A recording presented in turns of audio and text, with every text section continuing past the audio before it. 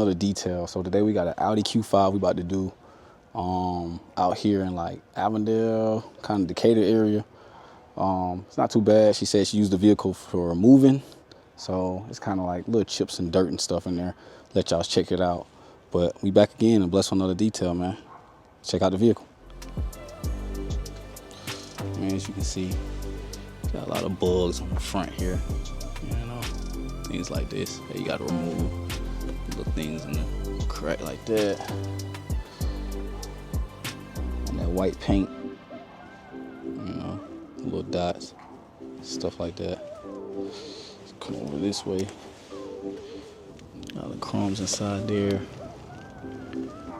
All that. Not too bad, just a little dusty in there. Dash.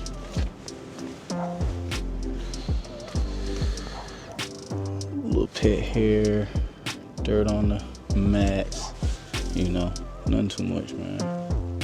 I don't feel like. Then you got this in the back, all this dirt. Alright, you got a little dust on the dash.